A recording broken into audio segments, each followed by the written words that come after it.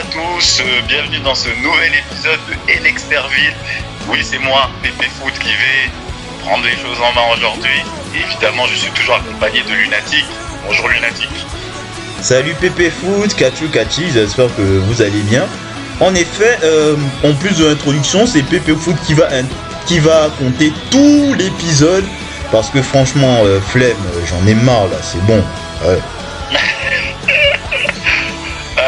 Oui, bon, je prends le relais parce que visiblement cet épisode, voilà, au bout d'un moment, Lunatic, je te comprends, mais NXT saison 1, voilà, c'est pas non plus la tasse de thé de tout le monde, quoi. Donc, on commence cet épisode avec tous les rookies qui se retrouvent en fait devant le ring avec Matt Striker, qui va leur annoncer en fait que un d'entre eux va être éliminé la semaine prochaine. Donc, il va y avoir une épreuve, il va y avoir une course d'obstacles qui va permettre aux gagnants de gagner une immunité par rapport aux éliminations de la semaine prochaine. The Parkour. Hein? Non, je disais The Parkour, pour ceux qui ont la ref à The Office. Effectivement, exactement, The Parkour. Alors, le parcours en lui-même, c'est on commence debout sur les escaliers là qu'on voit sur les coins de ring, mais on commence sur la rampe d'entrée, debout sur l'escalier. Voilà, on fait un petit peu le pendu là en attrapant quelques tractions, on avance. Ensuite, monter d'échelle pour aller toucher une cloche qui est... Ah non, une corde, pas une échelle, hein. Comme les cordes de gymnase. Oui, c'est une corde, c'est ça. Une corde pour aller toucher la cloche qui est pendue à je sais pas combien de mètres. Ensuite, tu redescends, tu tapes un gros sprint dans la foule, tu rentres dans la foule, tu montes les escaliers, tu vas à l'extérieur, vers là où il y a les stands. Bon, pour tous ceux qui sont déjà allés voir la WWE, que ça soit à Paris ou alors à la LDLC Arena récemment, vous voyez de quoi on parle. Les stands, là où il y a les boissons, voilà. Tu vas jusqu'à là-bas, il va y avoir des gobelets remplis de soda à boire rapidement, et ensuite la course elle continue, tu descends, tu rentres dans l'arène, tu redescends par la foule, tu montes le ring, tu rentres dans le ring, après il y a des ballons, de sortes de petits ballons où il faut faire 5 secondes de jonglage, descendre du ring,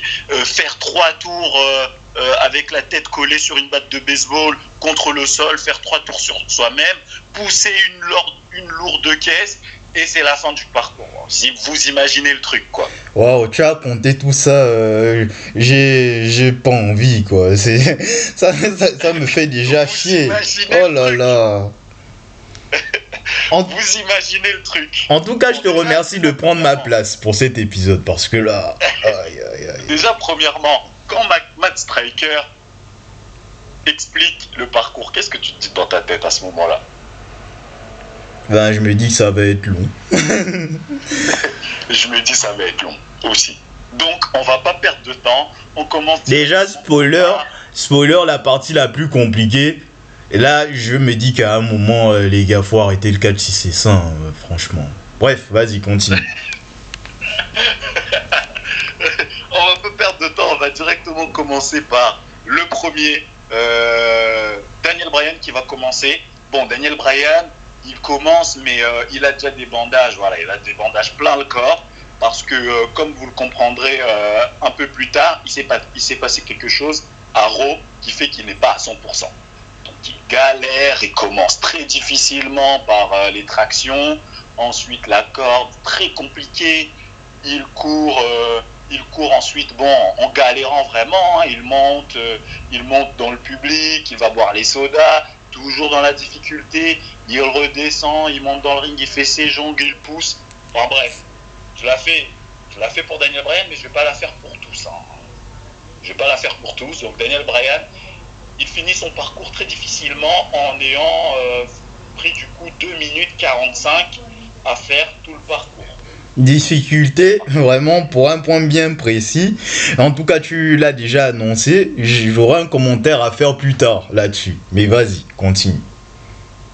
Bon, j'y reviendrai juste après, mais Et, du coup, il termine son parcours et en le plus, qui arrive direct. et en plus là, il a une bonne excuse. Hein. Là, tu peux pas dire nulard ou quoi. Le mec, quand même, il avait un handicap. Donc, Non, il avait un handicap sérieux, on va pas se mentir.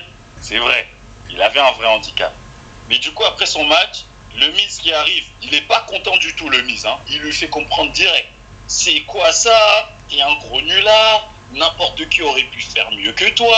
Ne te trouve pas d'excuses. C'est pas parce que t'es blessé que tu dois faire des trucs comme ça. Parce que quand t'es là, tu me représentes. Quand tu perds, c'est moi qui perds. Donc t'es vraiment un nulard. Prépare-toi, d'ailleurs, t'as un match contre Tarver tout de suite. Allez, oust. bon, ça, là, je me dis que là, on s'est dit, le commun des mortels il se dit que bon, ça devrait aller. Tarver, au vu de ses dernières performances, voilà quoi. Mais vas-y. Tu te dis que ça devrait aller contre Tarver, mais ça ne va pas aller. Donc le match arrive, le match commence. Est-ce que tu as des souvenirs de ce match? Non. Alors un match assez nul et chiant, dans lequel Tarver domine Bryan de A à Z et le bat. Voilà. Michael Tarver, le deuxième nulard, qui bat le plus nulard des nulards pour vraiment l'enfoncer en bas du trou et le désigner en le pointant du doigt comme étant le seul et unique nulard de NXT saison 1. Qu'est-ce que tu as à dire là-dessus? Oh, punaise. Alors, ce que j'ai à dire, ça va être très dur. Non, mais à un moment, je peux te rejoindre là-dessus. Hein. Daniel Bryan, vraiment, c'est le nulard ultime. À un moment, je n'arrête pas de défendre de type là, mais je me dis que bon, je n'ai pas eu de gros souvenirs de NXT saison 1. Bon, il y aurait des trucs qui vont être racontés, tranquille, Daniel Bryan, surtout qu'il faisait une rivalité contre le Miz. Mais cette rivalité est unilatérale. C'est lui qui se fait constamment humilier. Il n'y a même pas... Enfin si, au début quand même il y avait un moment où il prenait les devants, d'accord, mais c'était lors des 3 premiers épisodes, mais après il se fait laver, et le mec qui perd en plus clean contre des nullards, il y a 2 enclumes d'affilée qui le tapent coup pour coup, à un moment je sature là, c'est plus possible de défendre ça, à un moment. C'est compliqué, comme tu l'as dit, c'est vrai que la rivalité elle est à sens unique. Daniel, je comprends ce qu'ils veulent faire, le rendre appréciable, mais pour le rendre appréciable, il faudrait quand même qu'il ait quelques victoires. Gagne, putain, gagne. Oh là là. Il a rien. Et en plus de ça, pour en rajouter un bon coup sur la défaite, à la fin du match, il y a donc le Miz qui rentre dans le ring. Il y a aussi Carlito qui est du coup le pro de Tarver qui rentre dans le ring. Putain. Et qui lui met un backstabber. Voilà. Qui lui met un backstabber. Ils s'en vont. Ils se moquent de lui. Et le Miz qui est là, qui regarde et qui se moque de lui encore une fois. Vraiment, t'es nul et en plus on t'enterre, on t'enfonce. Non mais c'est terrible hein. Est-ce que c'est possible d'avoir un peu des anecdotes dans les bureaux de Bryan? C'est quand qui prend la parole là? Parce que j'aimerais bien savoir la motivation de ces gens là. Si c'était pour faire ça... Mais si vous ne l'aimiez pas à cette époque là, pourquoi l'avoir signé? C'est quoi ça? À un moment. Oh. Surtout que ça n'a aucun sens. Donc, en plus, dans les épisodes suivants, spoiler, ça a encore moins de sens, quoi. Comment veux-tu que je... Non, c'est compliqué, hein. Comment veux-tu que je sois impliqué dans cet épisode-là et pour le reste de NXT? Là, il y a de quoi me démotiver à faire les reviews. Je le fais parce que, voilà, bon, on a commencé pour la chaîne, mais là, c'est dur. Et la phase d'élimination n'a même pas encore commencé. Elle n'a même pas encore commencé. Oh, vous n'êtes pas au bout de vos surprises. Donc, du coup, à la fin du match, on apprend en fait, grâce à un recap de Raw, que Daniel Bryan en fait était très diminué parce que à Raw, il avait eu un match contre Batista dans un Beat the Club Challenge qu'il a perdu Et ensuite de ça, Batista s'est acharné sur lui. Voilà, il lui a mis une spire, deux spires. Donc c'est pour ça qu'il était hautement diminué pour la course d'obstacles et pour le match contre Tarver. Mais bon, quand même, Tarver, Quand même. c'était justement l'opportunité parfaite pour qu'il puisse gagner un match malgré le fait qu'il soit blessé et que le public se dise il a réussi à dépasser. Non en fait. Bon. Non, là non, t'es nul, t'as mal et en plus tu perds. Voilà. C'est bon, satisfait Pépé Foot? Non mais j'ai pas envie. J'ai dit au dernier épisode que je vais essayer d'être gentil avec lui. Je l'ai dit. Mais là, c'est dur quoi. C'est très dur. Enfin bref. On passe au suivant. On se retrouve. On a du coup un flashback ou plutôt un recap de ce qui s'est passé la semaine dernière avec Darren Young quand il était dans son épreuve où il devait vendre des magazines et qu'il avait hypé un potentiel match contre CM Punk en cas de victoire. Donc on retrouve du coup dans le vestiaire CM Punk avec la Strategy Society et Darren Young. CM Punk n'est pas content. Il n'est pas content du tout. Il est en mode learning tree. Tu te prends pour qui? Tu veux pas écouter le learning tree? Il est en mode Chris Jericho. Voilà, moi je suis là pour t'apprendre des choses. T'es là, tu parles sur moi. Pour qui tu te prends? C'est la dernière fois que tu sors mon nom de ta bouche, sinon je te casse la gueule. Bon, j'abuse un petit peu, mais c'est dans l'esprit. Bien sûr. Darren Young qui essaie de se défendre comme il peut. Il disait bon, écoute, moi.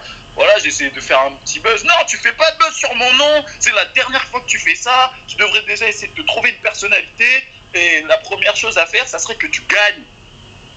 Tu gagnes l'immunité. Sinon, tu vas avoir affaire à moi. Donc, gros coup de pression direct dans le vestiaire par CM Punk. Oui, il n'a pas du tout apprécié cette intervention de Darren Young la semaine précédente. Donc, par la suite de ça, on retrouve Heath Slater. Juste après, Heath Slater qui passe en deuxième position du coup pour la course d'obstacles. Bon, je vais pas revenir sur toute la course d'obstacles. Il fait sa course d'obstacles plutôt bien et il la termine en 1:36, donc pour un nouveau record. Oui. Ensuite, pour un nouveau record. Voilà. Est-ce qu'on va à 1:36? Bon, Daniel Bryan avait été tellement nul avant avec 2:45 que c'était pas très difficile de le battre. Troisième position, Darren Young qui passe, qui fait aussi pareil, son parcours d'obstacle, voilà.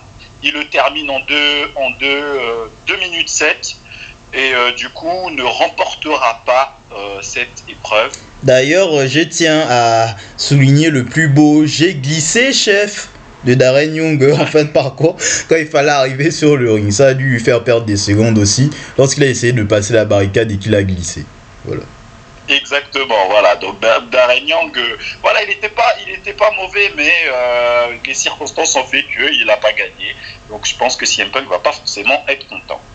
En quatrième position arrive Justin Gabriel qui fait son parcours hyper rapide. Bon, après c'est là ses qualités, hein. Il n'a pas de charisme, donc encore heureux qu'il soit rapide et athlétique et qu'il boit des sodas à la vitesse de l'éclair. Ah oui, vraiment. Donc, il fait son parcours en 1:29. Ah oui, Justin Gabriel, vraiment pépite lors de ce parcours. Par contre, ça m'a bien réveillé la vivacité du mec. Surtout à la fin, lorsqu'il prend les boules, qui jongle avec une main, la main dans le dos, en mode voilà, ouais. je ne titube pas, je ne vacille pas. Waouh, c'est. En tout cas, j'ai beaucoup aimé cette performance de Justin Gabriel.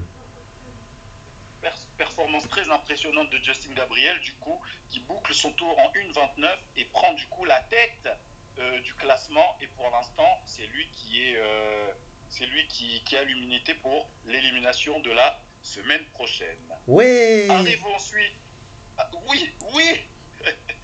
ensuite le tour de David Otunga. Il arrive déjà avec une nonchalance. Pronostic pour David Otunga? Il ne va pas battre le record. Il va pas battre le record. Il fait pourtant quand même un temps assez intéressant. même si je trouve qu'il a quand même grugé à certains moments.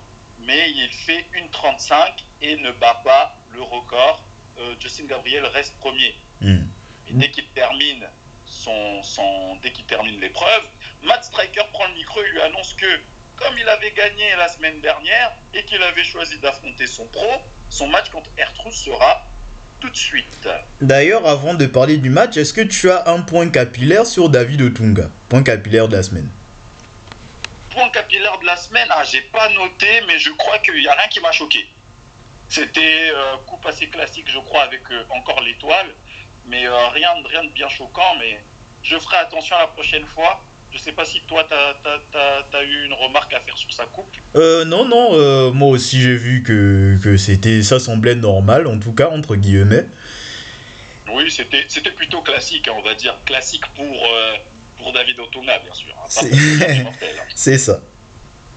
Maintenant, le match. Oula, vas-y. Donc, le match contre R-Truth commence. R-Truth, toujours, voilà, j'ai noté que il a la classe, quand même. Il communique bien avec le public. Déjà, son entrée est super bien trouvée, en vrai, quand on y pense. Ah oui, clairement. Le WhatsApp et tout, franchement, c'est super, quoi. Ouais. Donc, le match commence. Est-ce que tu as des souvenirs du match? Ah là là, ce match purée. Et David Otunga, il s'est fait laver, en fait, là. Il s'est fait masser dans la place publique. Et c'est vrai, il a eu des petits moments de domination, mais globalement, c'est R-Truth qui lui a appris le catch, en mode reste à ta place, petit. Oh là là. J'avais un peu de peine pour le David. Mais bon, il fallait qu'une hiérarchie soit respectée à un moment. Il fallait quand même, oui, que là, c'est vraiment R-Truth qui lui a montré que c'est moi le pro, je suis le pro. Et toi, t'es le rookie. Parce que David Otunga, c'est vrai qu'il est très confiant et que c'est vrai qu'il crève l'écran quand même. Mais R-Truth, ça reste le pro et il lui a bien montré avec sa prise de finition, je sais plus comment elle s'appelle, quand il se jette sur toi et qu'il tourne sur lui-même là. Moi j'appelle c'est une prise extrêmement impressionnante. Moi j'appelle ça la vrille elbow. La vrille elbow, j'aime trop cette prise. Bon, elle n'a pas l'air très dévastatrice, mais elle est impressionnante. Visuellement, quoi, oui. Donc, le match se termine. Donc, David Otunga perd. Ensuite, on revient du coup sur l'épreuve. La 6e personne à passer, Wade Barrett. C'est toi, tu vas avoir un peu de sel, non? Ben, sel, pas tant que ça, juste dire que c'était nul, quoi. Bah, Wade Barrett, il est en fait 2-3 fois. Le mec n'a même pas descendu la rampe après. Voilà, bon. C'est ça. Il essaie 2-3 fois au début, le moment où tu dois t'accrocher avec tes mains, avancer en étant pendu un peu par les bras. Il n'y arrive pas, une fois, 2 fois, et il abandonne. Donc, Wade Barrett disqualifié. Ouais, Wade Barrett, il méritait mieux à la WWE, champion du monde. Ouais, c'est ça. Je garde mes réserves pour les prochains épisodes. Je ne vais pas commencer à tout déverser sur lui maintenant. Préparez-vous seulement. Donc, Wade Barrett, c'est vrai que là, pour moi, je me dis, je commence à avoir de plus en plus de difficultés, de facilité à le défendre. Ça devient dur de le défendre maintenant. Et Wade Barrett, il va falloir que tu te ressaisisses assez rapidement là. Donc on passe au suivant, Skip Sheffield, le 7e à passer. L'enclume, comme tu le dis si bien. Mais j'ai noté quand même que Skip Sheffield depuis quelques temps, il se donne à fond. Ah oui, c'est clair. Il a la victoire contre Bryan. Là, il nous sort une performance qui est vraiment très intéressante. D'ailleurs, il fait 1,31. Il va très vite. Sachant que Justin Gabriel, le premier, était à 1,29. Il est quand même assez proche. Donc, cette nouvelle attitude de Skip Sheffield l'aide à faire des meilleures performances. Qu'est-ce que tu en penses, toi ? Oui, j'avoue, pour le coup, c'était plutôt pas mal la performance de Skip Sheffield. D'ailleurs, j'ai envie, bon, comme on parle de Skip Sheffield, ben, j'ai envie de parler d'un point qui me dérange dans cette épreuve-là. Justement, je sais qu'il y a Tarver qui va passer après, mais je préfère lui dire maintenant. Comment se fait-il qu'après tous les trucs, toutes les étapes éprouvantes et physiques par lesquelles les rookies doivent passer, que le truc le plus compliqué à faire, c'est de finir un soda? Faut m'expliquer un moment. Parce que moi-même j'ai du mal à le visualiser en fait. Genre, attends, vous êtes là, vous êtes à la salle de sport, vous faites les trucs. À un moment, bon, si vous devez être essoufflé après avoir avoir monté les escaliers, mais si vous voulez vous rafraîchir, voilà, vous jetez sur le liquide, vous buvez ça. Parce que je vois les mecs qui sont là en mode... Allez, je vois encore. C'est tellement compliqué. C'est tellement compliqué de finir ce verre. Mais quand est-ce que ça va se finir? Ils finissent, mais après, bon, ils ont moins de mal pour faire le reste. Je ne sais pas ce qu'il y avait dans le soda là, mais j'ai envie de dire derrière, mais qu'est-ce qui t'a... Pourquoi tu as eu du mal à finir? Bon, on va comprendre. Je ne sais pas si des mentos à l'intérieur. Sûrement. C'était vrai. Je sais pas, mais c'est vrai qu'ils ont tous plus ou moins galéré quand même quand c'était le moment de boire des sodas. Ah non, c'est terrible. Donc après Skip Sheffield, c'est au tour de Michael Tarver du coup. Allez. Qui commence. Voilà. Vous allez comprendre pourquoi Lunatic nous a prévenu sur la difficulté de boire des sodas, parce qu'en fait, Michael Tarver, il commence plutôt bien le parcours, même si dans les temps, il n'était pas top. Il n'était pas top dans les temps. Il monte, voilà, dans le public, il arrive dans le stand, et au moment de boire, il galère.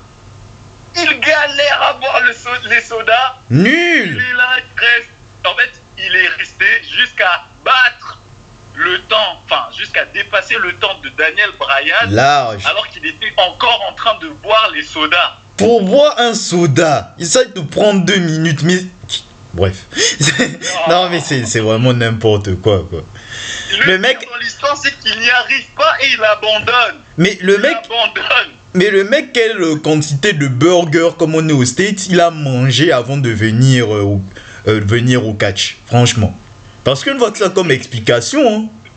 Jusqu'à même, il vomit limite et il dit que non, c'est bon, allez, je me barre. Il abandonne, il dit j'en ai marre, c'est moi le produit. Bon, vous comprenez. Enclume deuxième partie. Classique. Non. Donc. Et Daniel Bryan a perdu contre ça, quoi. C'est terrible. Voilà. Comment tu veux que je le défende encore, Bryan? Il perd contre des rigolos comme Tarver. Ouais. Bref, la suite. La suite, on se retrouve donc devant le ring et Matt Striker nous annonce donc que Justin Gabriel gagne l'épreuve et donc l'immunité pour la semaine prochaine, l'élimination de la semaine prochaine. Ouais, on est content, Justin Gabriel, ouah. Il dit qu'il est content, il dit que s'il est bien content que ça soit pas Otunga qui ait gagné, parce qu'Otunga commence vraiment à le taper sur le système. D'ailleurs, il regarde Otunga et lui dit, ton ego dépasse ton talent. Ah ouais, ça c'était bien. Ah là là. Oh, Justin Gabriel, je savais pas que t'étais comme ça, hein. Ouh là là. La violence. C'était bien trouvé. Donc Otunga se défend quand même. Il dit que bon, écoute, tu peux dire ce que tu veux, mais quand je suis à l'écran, les ratings se portent bien. Et d'ailleurs, il en profite pour se plaindre du fait que son match contre R-Truth ait eu lieu juste après son épreuve. Donc il était forcément diminué. Ensuite, ça sera Matt Striker qui va prendre le micro et qui va poser la question à Michael Tarver. Il va lui demander, selon toi, qui devrait t'éliminer la semaine prochaine? Michael Tarver, à la surprise de tous, dit que c'est lui. Oui, c'est moi qui devrais être éliminé. Pourquoi? Parce que si je m'en vais, ils seront tous en sécurité. Parce que tant que je suis là, Personne n'est en sécurité. Je suis le produit. Je suis l'homme le plus dangereux des NXT. Vous l'entendez? C'est moi qui suis dangereux. Donc éliminez-moi pour protéger les autres. T'as compris le message? T'as compris le message? On a très bien compris. Qu'est-ce que tu penses? Qu'est-ce que tu penses de cette intervention de Michael Carver? Non mais même...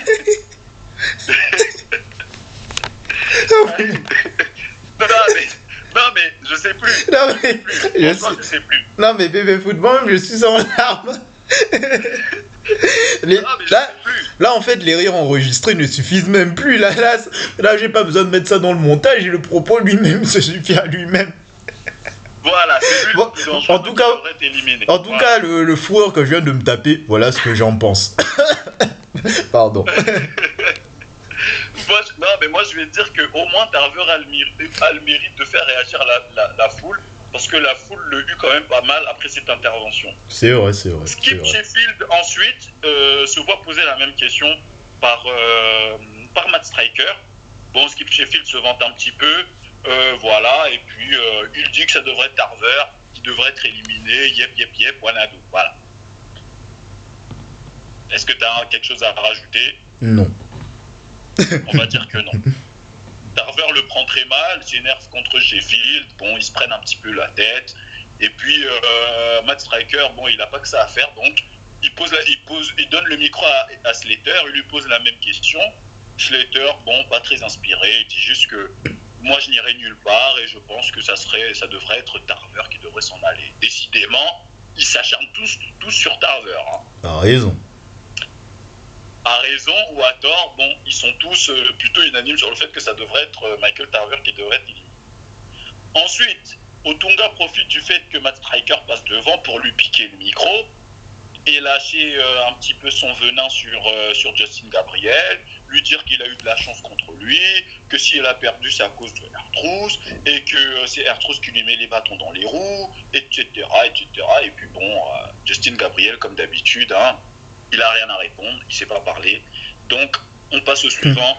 Wade Barrett qui prend le micro. On lui pose la même question. Et puis Wade Barrett, bon... Wade Barrett, c'est moi le seul homme dans la compétition. Réponds à la question, Wade. Je suis le seul homme dans la compétition. Personne m'arrive à la cheville. Je suis le plus grand, le plus beau, le plus intéressant. Ouais, mais réponds à la question, Wade. Et bon, on est tous comme ça. Même la réponse, lui aussi pense que c'est Tarver qui devrait être éliminé. Donc, pour l'instant, tout le monde a répondu Michael Tarver. Wade Barrett, projet Main Event, hein, top heel de WWE, je rappelle. Tarver, tout le monde le déteste. Je trouve ça excellent. Ouais, pour le coup, c'est vraiment bien joué. Arrive le tour du fameux Daniel Bryan. On lui pose la question. Tu penses que qui devrait être éliminé la semaine prochaine?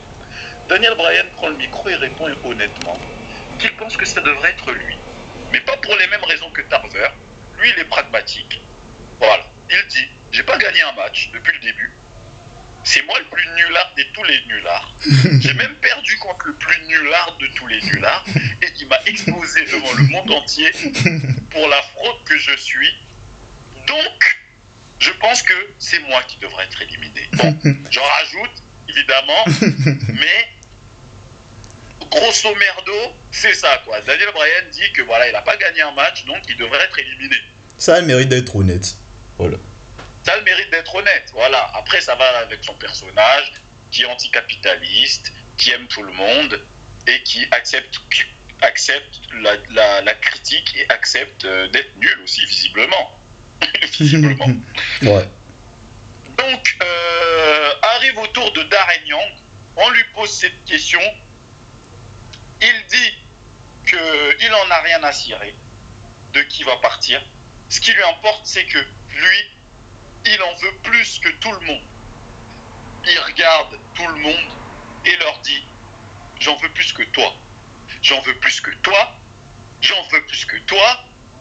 Et il arrive devant Wade Barrett, et quand il veut lui tendre son doigt quand il veut le pointer du doigt pour lui dire qu'il est meilleur que lui, Wade Barrett le repousse. il le repousse, ça part en fight, il se bagarre générale, et c'est la fin de l'épisode.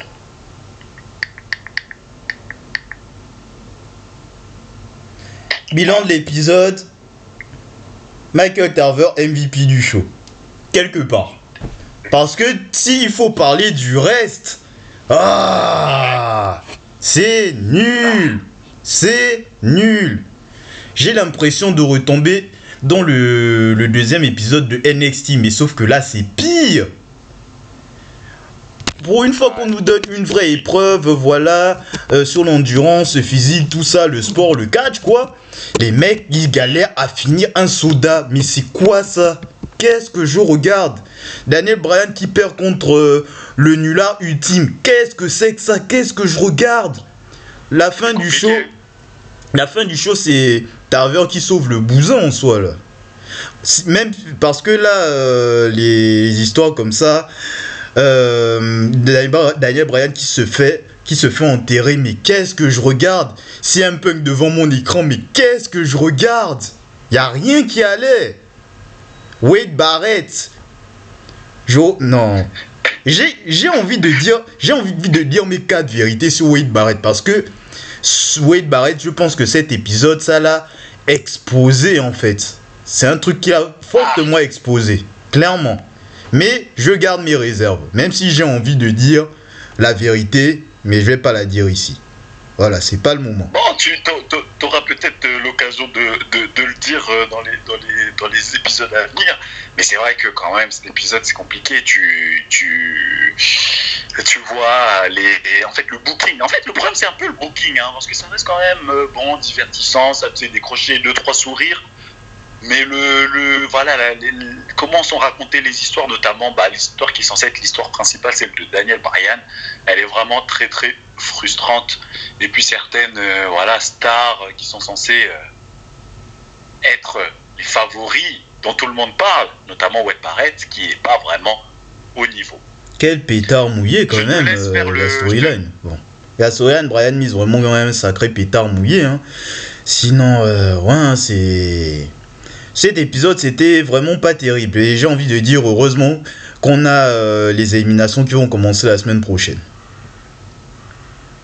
Parce que sinon, on n'aurait pas fini. On verra la semaine prochaine, donc, ce qu'il en est. Au moins, on sait que Justin Gabriel, notre favori à tous, bien sûr, est le seul qui ne sera pas éliminé. Et ça. Je te laisse conclure. Bon je pense qu'on est sur l'un des épisodes le plus long de NXT, voire même le plus long. Puisque ça fait quand même plus d'une demi-heure qu'on parle de ça, qu'on déverse notre sel, enfin surtout moi. Du coup, je vous invite à faire les actions d'un simple viewer, liker, commenter, partager, vous abonner pour être au courant des prochains épisodes et des prochaines vidéos. Et on se retrouve pour une nouvelle édition qui sortira un jour. À bon attendeur, salut!